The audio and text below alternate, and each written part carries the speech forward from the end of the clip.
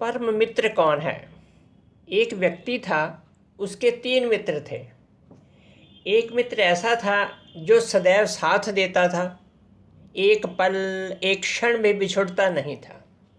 दूसरा मित्र ऐसा था जो सुबह शाम मिलता, और तीसरा मित्र ऐसा था जो बहुत दिनों में कभी कभी मिलता था। एक दिन कुछ ऐसा हुआ कि उस व्यक्ति को अदालत में जाना था और किसी कार्यवश साथ में किसी को गवाह बनाकर साथ ले जाना था। अब वह व्यक्ति अपने सबसे पहले अपने उस मित्र के पास गया जो सदैव उसका साथ देता था, और बोला, मित्र, क्या तुम मेरे साथ अदालत में गवाह बनकर चल सकते हो? वह मित्र बोला, माफ़ करो दोस्त, मुझे तो आज फुर्सत ही नहीं। उस व्यक्ति ने सोचा कि यह मित्र मेरा हमेशा साथ देता था, आज मुसीबत के समय पर इसने मुझे इनकार कर दिया। अब दूसरे मित्र की मुझे क्या आशा है? फिर भी हिम्मत रखकर दूसरे मित्र के पास गया जो सुबह शाम मिलता था और अपनी समस्या सुनाई। दूसरे मित्र ने कहा कि मेरी एक शर्त है कि मैं सिर्फ अदालत के दरवाजे तक जाऊंगा, अंदर तक नहीं। वह बोला, बाहर के लिए तो मैं बहुत हूँ, मुझे तो अंदर के लिए गवाह चाहिए। फिर वह थक हार कर अपने तीसरे मित्र के पास गया जो बहुत दिनों में मिलता था और अपनी समस्या सुनाई। तीसरा मित्र उसकी समस्या सुनकर तुरंत उसके साथ चलने को तैयार हो गया।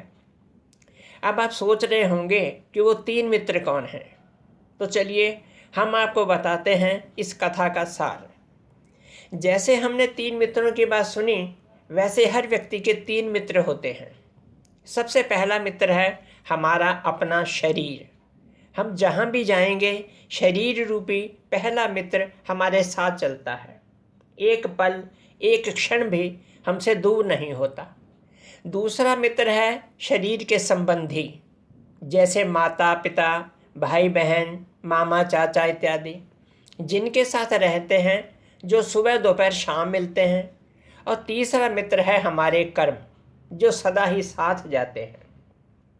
अब आप सोचिए कि आत्मा जब शरीर छोड़कर धर्मराज की अदालत में जाएगी, मित्र एक कदम भी आगे चलकर साथ नहीं देता।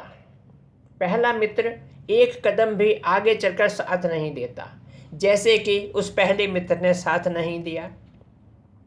दूसरा मित्र संबंधी शमशान घाट तक, यानी अदालत के दरवाजे तक राम नाम सत्य हैं कहते हुए जाते हैं तथा वहाँ से फिर वापस लौट आते हैं।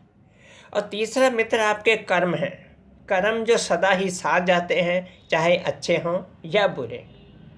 अब अगर हमारे कर्म सदा हमारे साथ चलते हैं तो हमको अपने कर्म पर ध्यान देना होगा। अगर हम अच्छे कर्म करेंगे तो किसी भी अदालत में जाने की ज़रूरत नहीं होगी। Thank you.